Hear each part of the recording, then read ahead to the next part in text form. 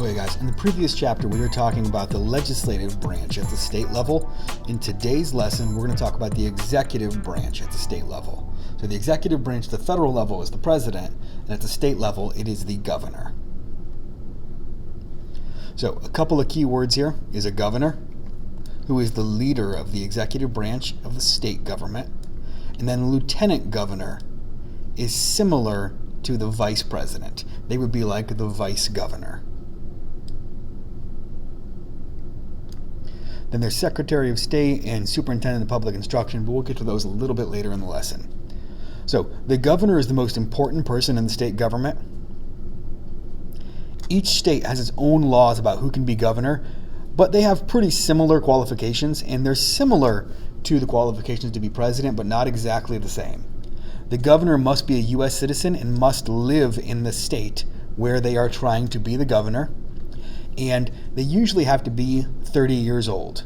Now, there's a couple of differences here. For the president, it's 35 years old, and you have to be born in the United States. And for a governor, you can actually be born in another country and still become the governor of a state. And that's actually happened before. Arnold Schwarzenegger was the governor of California. So most governors serve 4-year terms, just like the president. And they think that 4 years is enough time for them to get their job done and not have to worry about campaigning and, able to focus on their work. In a couple places, though, like New Hampshire or Vermont, they only serve 2 years at a time. And they do that because they think it keeps the governor closer tied to the people. And if the governor's not doing a good job in 2 years, you can vote them out.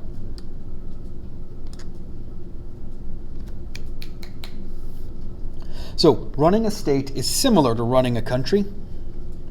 The governor is the head of the executive branch, and he's got lots of responsibility. Now, not as much as the president, because he's not running all 50 states. He's only focused on one. But as chief executive, his job is to carry out the state laws, come up with the state budget, which is a plan for the money, and that budget has to be approved by the state legislature. The same way the president can't just spend money on whatever he wants, Congress has to vote on it. The governor has to do the same thing, but with the state legislature. He's also the chief of state, which means he gives speeches and basically serves as the leader. If you guys have been watching the news lately, Mike DeWine has been on the news quite a bit because of the coronavirus and the outbreak going on. So as chief diplomat, he meets with the leaders of other states, and he'll also meet with representatives from foreign countries. As chief lawmaker, he does not make the laws for the state, but he does have the power to veto bills and propose new laws. So he can't just magically make a new law, but he can veto just like the president can.